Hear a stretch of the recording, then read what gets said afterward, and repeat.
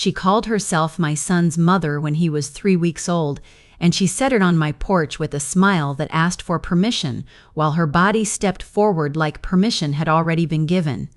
My ex stood behind her, holding a box of diapers like it proved something. I kept my voice even and told her to step back so I could hand our baby to his father. She said families shouldn't have walls. I said doors are not walls. I passed my son into his father's arms and closed the door.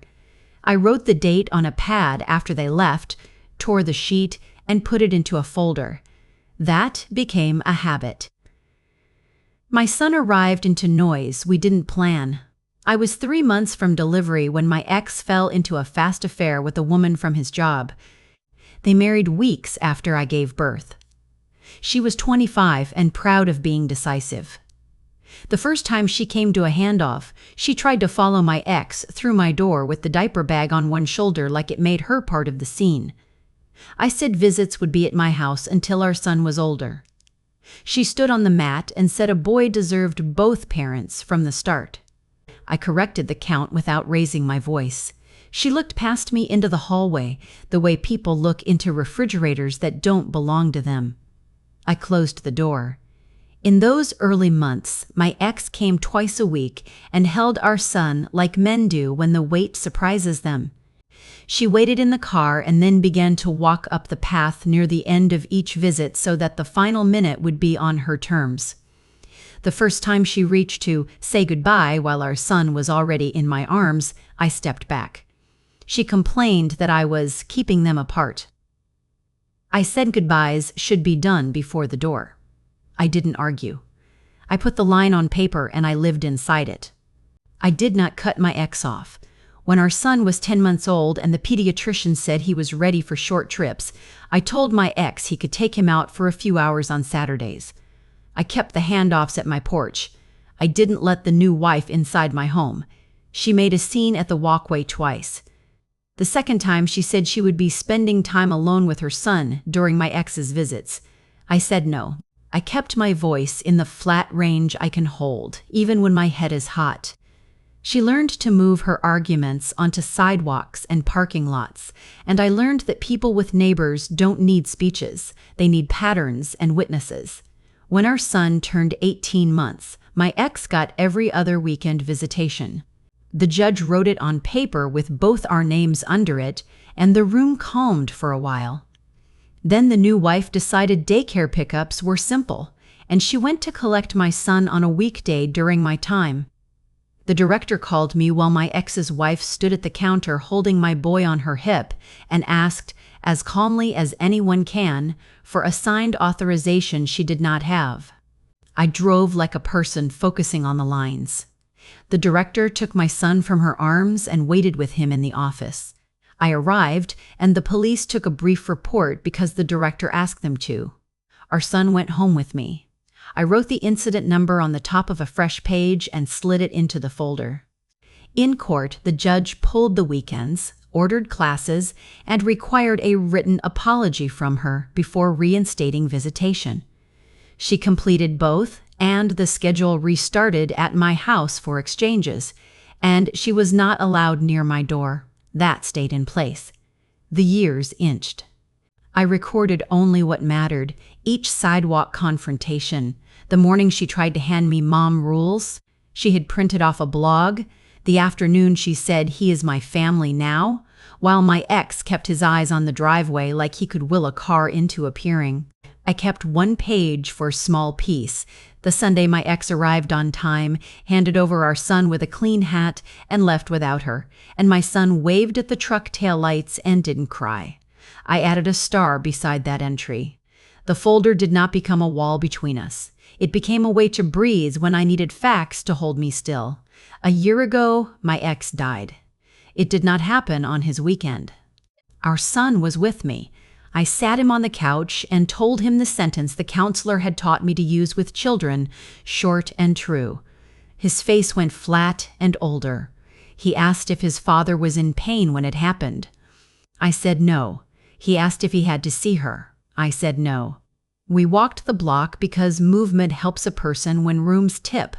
Mr. Snyder watered his grass too long and let it run into the gutter the way he always does, and the ordinary sound kept the edges of the day from fraying more than they already had.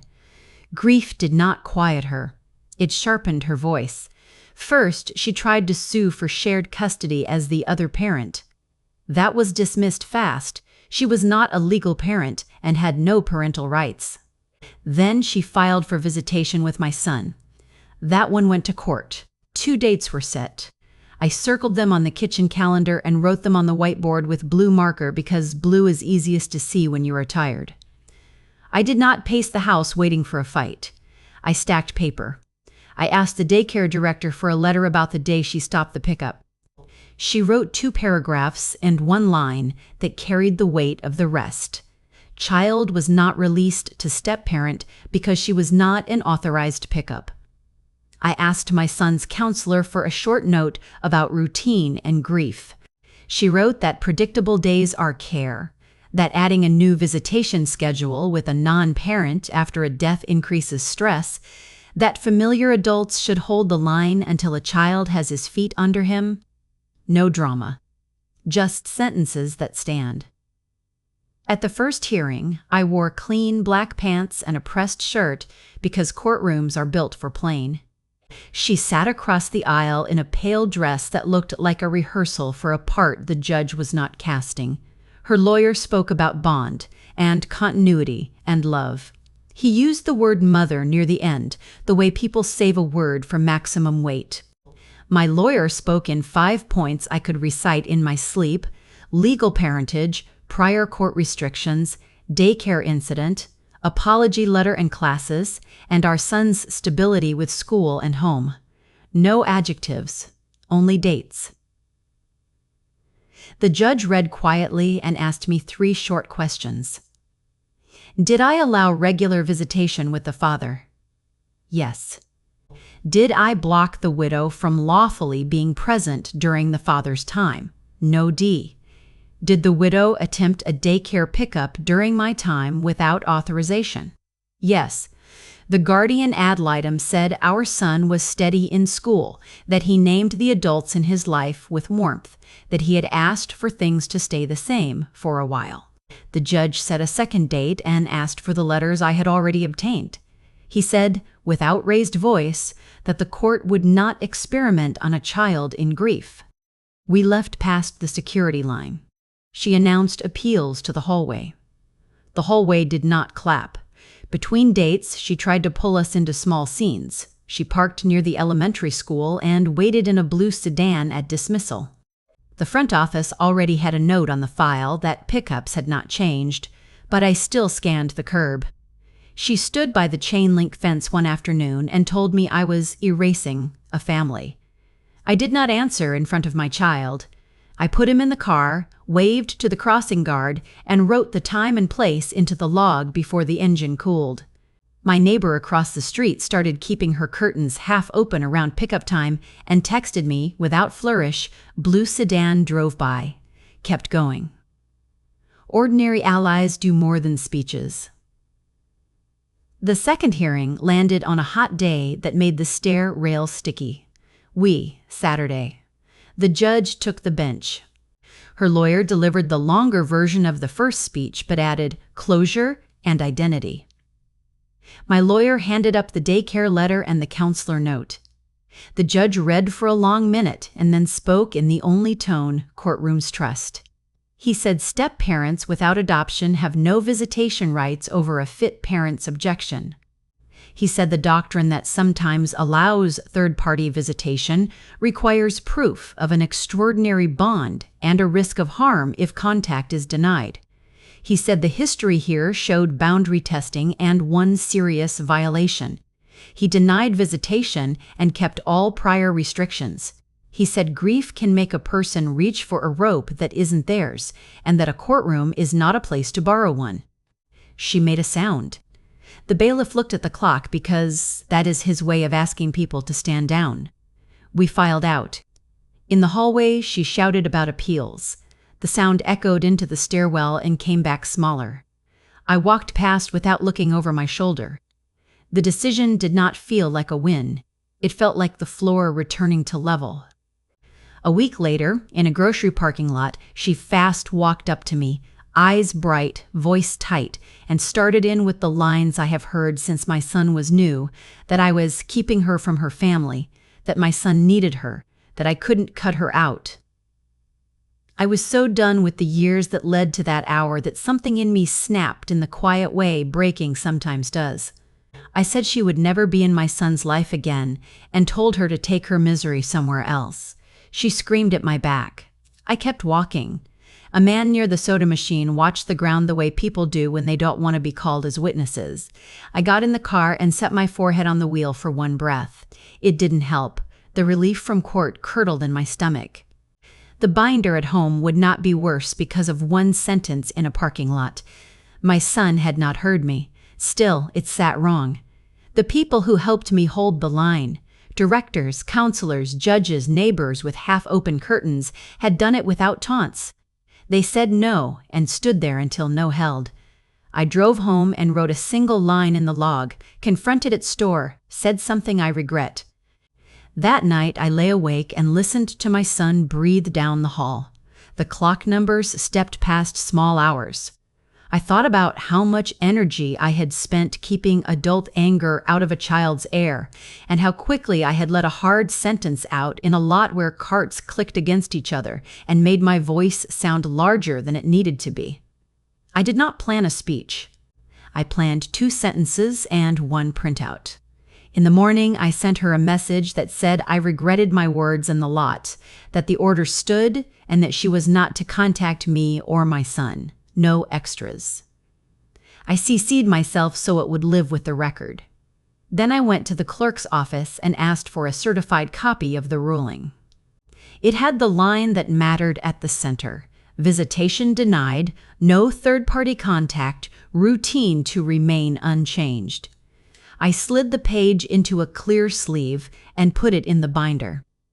I took a photo of the page and sent it to the school office with a short "for the record." The secretary replied with a thumbs up and said the file was up to date. She has a way of turning courtroom edges into lunch list admin. It helps. For 3 days, nothing happened. We woke, ate, walked past Mr. Snyder and his hose, did spelling at the table. I checked the porch at dusk out of habit and felt silly, and then less silly, in that order. On day 4, one of my ex's cousins posted a paragraph online about cruel mothers and real family. I forwarded the clerk's page to him with one line: "This is the order." The post came down an hour later without apology. It was enough. My son asked if there would be more court days. I said there might be some paperwork, but not now. He nodded and asked for pancakes on Saturday. He put too many blueberries in the batter, and the clumps formed where the pan wasn't hot enough. I ate them anyway and said they were good because they were. She left me 2 messages about appeals. I saved them and did not reply. The deadline passed, and the clerk's automated email wrote, "Case closed," in a line that felt like air returning to a room after a crowd leaves. I put the email behind the certified page. The binder closed with less weight. I told myself the story was over. It wasn't, not in the way quiet hangs once you have said something you wish you hadn't. The parking lot sentence kept walking through my head at odd times, like when I found the cat asleep on the laundry and when my son asked for help with a worksheet. Regret is a small job that wants to be full-time.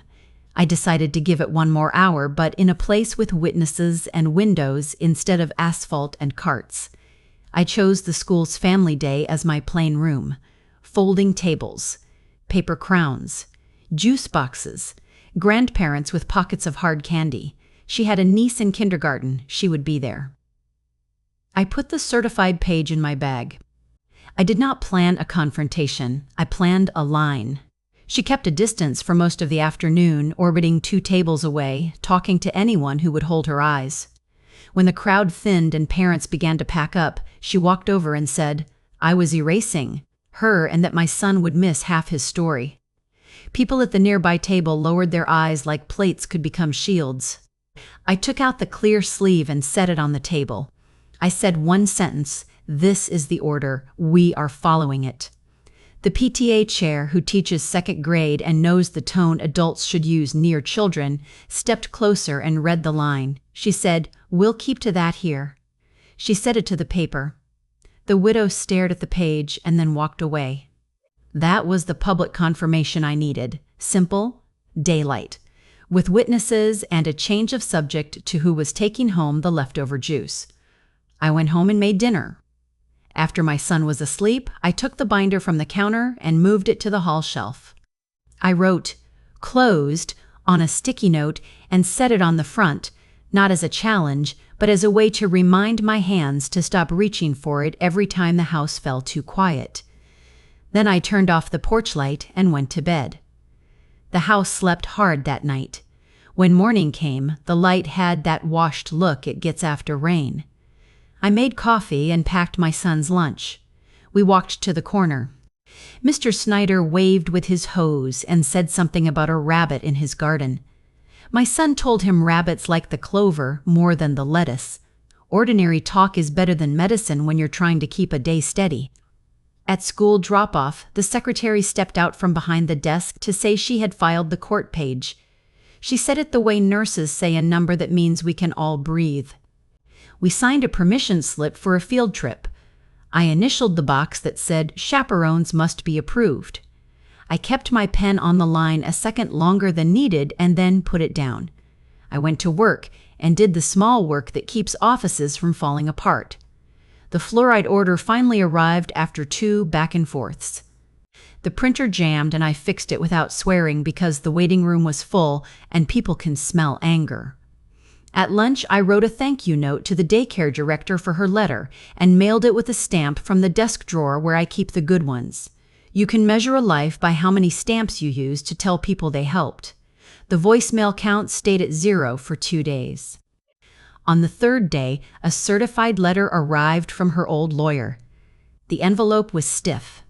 Inside was a 2-sentence notice about intent to appeal with a date that had already passed. I stapled the envelope to the paper and put it in the binder behind the clerk's "case closed."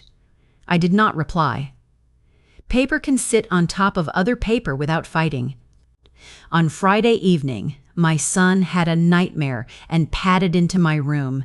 He was hot with sleep and smelled like shampoo and crayons. He asked if anyone would come to take him. I said no. He asked me to say it again. I said it again. He fell asleep on top of the covers, half curled like he had forgotten he wasn't 5. In the morning, he laughed about the dream and asked for pancakes. I let him pour the batter. He made a mess and cleaned it without being asked. That's what a good day is. 2 weeks went by. I put the binder on the hall shelf and stopped checking it like a loose tooth. My neighbor sent fewer texts because there was less to notice. The blue sedan didn't turn our corner.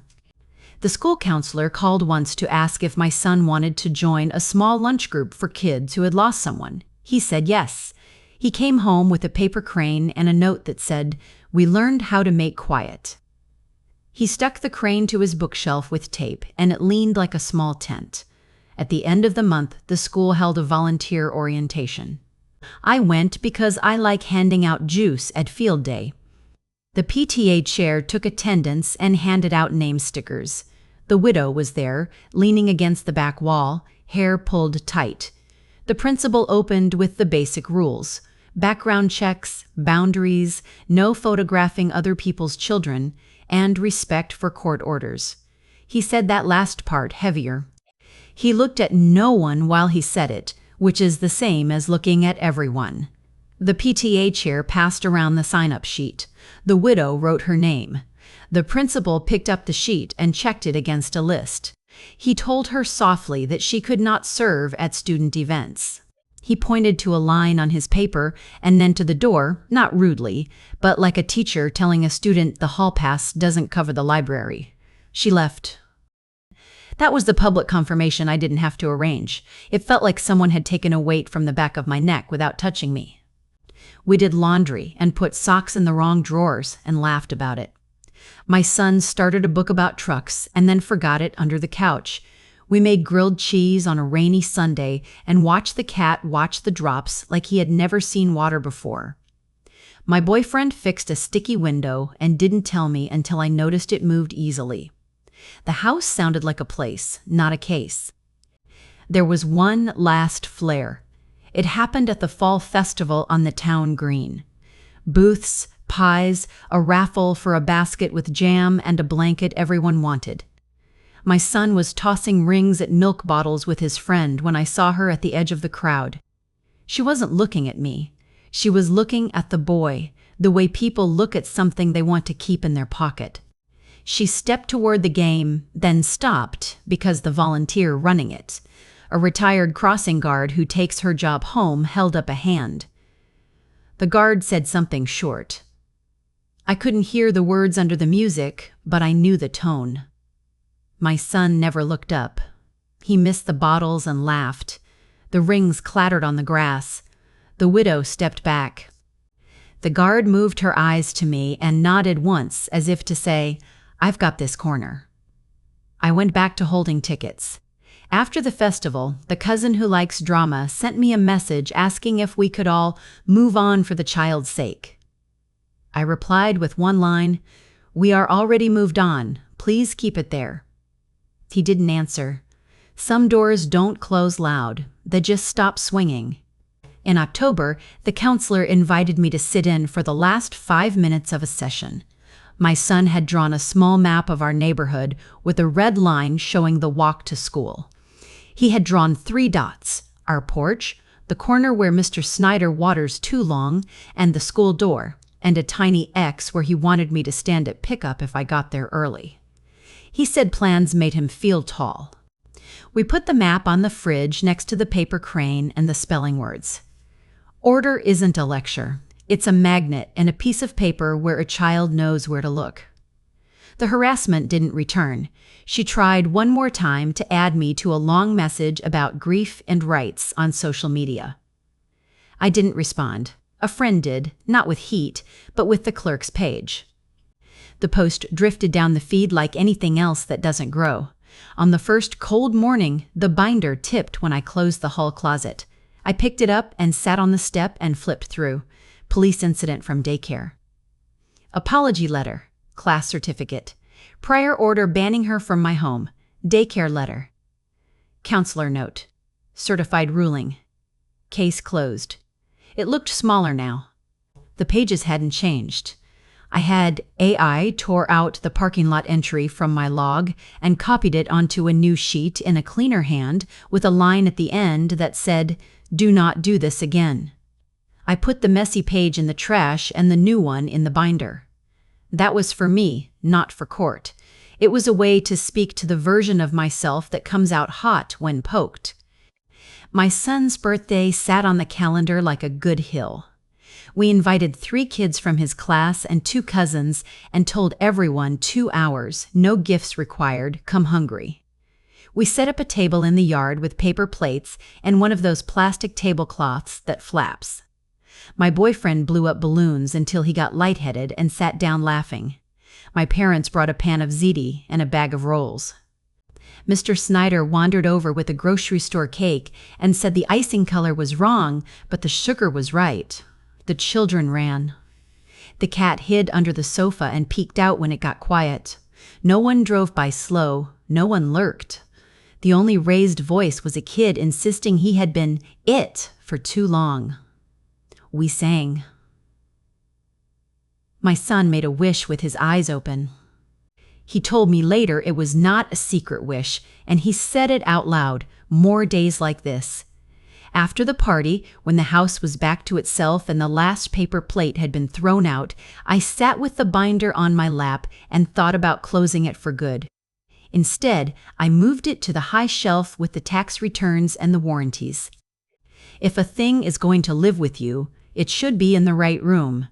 The kitchen is for living. The hall closet is for records. The shelf is for things that gather dust in peace. Winter came. We put the heavy blanket on the bed and left a light on in the hall because the dark lays different when the nights are longer. The school sent home a flyer about winter concert outfits. My son circled the part that said dress nice, not fancy, and asked if his best sweater counted. It did. The counselor sent a note that the lunch group would take a break and pick up in spring. She wrote, "He is steady. That word is better than excellent. It means the ground is doing its job." I saw the widow once more in December outside the post office. She had a stack of boxes and no gloves. Her hands were red. I held the door because doors are not walls. She nodded and looked at the floor. We didn't speak. 2 adults, 2 paths, a building with good heat. On New Year's Day, my neighbor stopped by with a calendar from the hardware store that has a picture of a barn on every month. She said she had a new dog and might miss things for a while because puppies pull attention. We laughed. I told her the corners were quiet. She said quiet is a blessing and a chore. You have to maintain it. She is right. By spring, the grass came in uneven, and the cat sat in the window like he owned the street. My son brought home a flyer for a baseball sign-up. He asked if I could coach. I said I could bring oranges and count bats and learn the rest. He looked relieved. He didn't want me in a cap shouting drills. He wanted me on the bench with a clipboard and calm. We bought a cheap mitt that smelled like plastic and dust. He slept with it on his nightstand. We ran into the retired crossing guard at the grocery store. She asked about school and said the fall festival would need more volunteers this year because the usual crew was moving slow. She looked at me directly and said, "We like the calm ones on sign-up." It wasn't a compliment, it was a job. I said yes. The PTA chair asked me to help with the field day water station again. She printed the list and laid out the cups. The principal walked by and thanked people, and then thanked me for the court page months back because it had made their work simpler. He didn't mean legal work. He meant the work of keeping a day boring for children. I told him boring days are riches. He said he wished more people knew. I don't think about the parking lot sentence much now. When I do, I take the binder down and look at the clean copy where I told myself not to do that again. Then I put it back and move on to whatever is burning on the stove. Regret is only useful if it changes your hand the next time it reaches for a door. If you want a lesson from all this, it's short. Hold the rule without sharpening it. Make the record once and let it speak when it needs to. Choose rooms with windows and clocks. Put paper on tables instead of raising your voice in parking lots. Protect the child's routine like it's the only inheritance you have to give. When someone tries to pull you into a performance, let the calendar and the clerk carry the lines. Most days now, I don't tell this story. I tell smaller ones.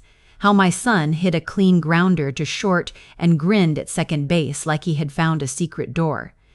How the cat finally learned the sound of my boyfriend's car and came to sit by the door before the key turned. How Mr. Snyder figured out his hose timer and the gutter stopped running. How the crossing guard brings a straw hat to field day and refuses to take shade until the last kid has finished their station. These are the stories that make a life worth the folders. On the first day of summer break, my son stood in the doorway with his backpack and asked what we were doing to celebrate. I said we could get ice cream and then go to the library because Joy likes a sweet and a quiet in the same hour. He said that sounded right. We left the porch light off because the sky would be light until late. The binder sat where it belongs. The house held our names and our noise and nothing else. Moral: protect the child, not your pride. Keep the lines steady. Let the paper and the day do the talking.